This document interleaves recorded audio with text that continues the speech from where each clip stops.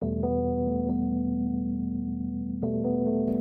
við erum staddir í Dýrafjarðargöngum, nýjum göngum á milli Rauðstað í Arnarfirði og Dranga í Dýrafirði.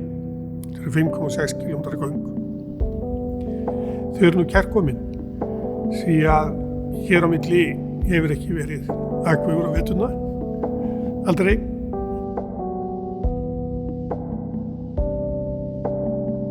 Það er heldur mikil áfengi fyrir Vestfirðinga að fá þessi göng. Mörg vandamál sem að því leitt að skuli ekki hafa verið almennilegur vegur á milli Ísafjarðarsvæðisins og Patreksfjarðar og Bíldudals eða þess svæðis í Vestur-Barðastrandarsýslu. Og þetta er náttúrulega þýtt það að þetta hefur ekki getað virka almennilega saman sem eitt svæði.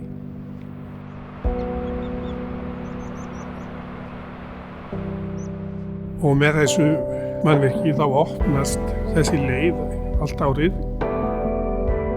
Þess að Hrafnseyrarheiði var alveg ómöguleg, 550 metrar há og hefst upp fyrir brattar hlíðar og mjög mikil snjór og bullandi snjór á þetta.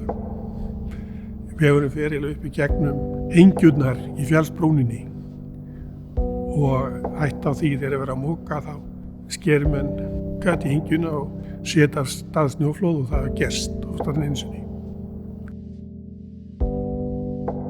En nú erum við lausir við Hrafnseyrarheiði og eigum að geta ekið þessi göng.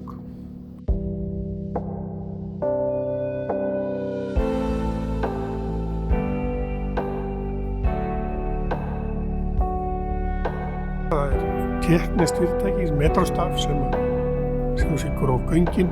Svo er íslenskt fyrirtæki, Suðurverk, sem sáum meira vegagerðina utan gangana.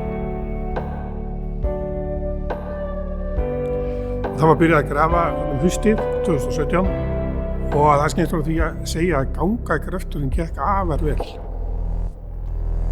Bergið reyndist vera gott til gangagerðar og verktakarnir gekk vel. Það var engar tafir og engar sérstakar bílanir eða annað sem tafði verkið. Þannig að það hefur ekki gengið betur að grafa nokkur önnur veggöng á Íslandi.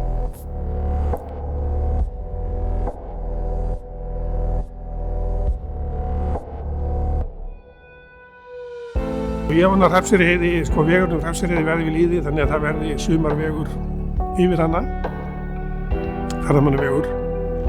Það má segja með hennar vega, hann er frá 1950 eða svo og var sennilega nokkuð flottur vegur á þeim tíma.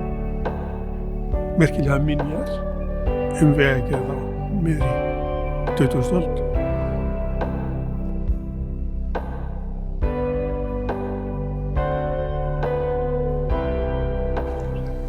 Sæll Þröstur, Sigurður Ingi heiti ég.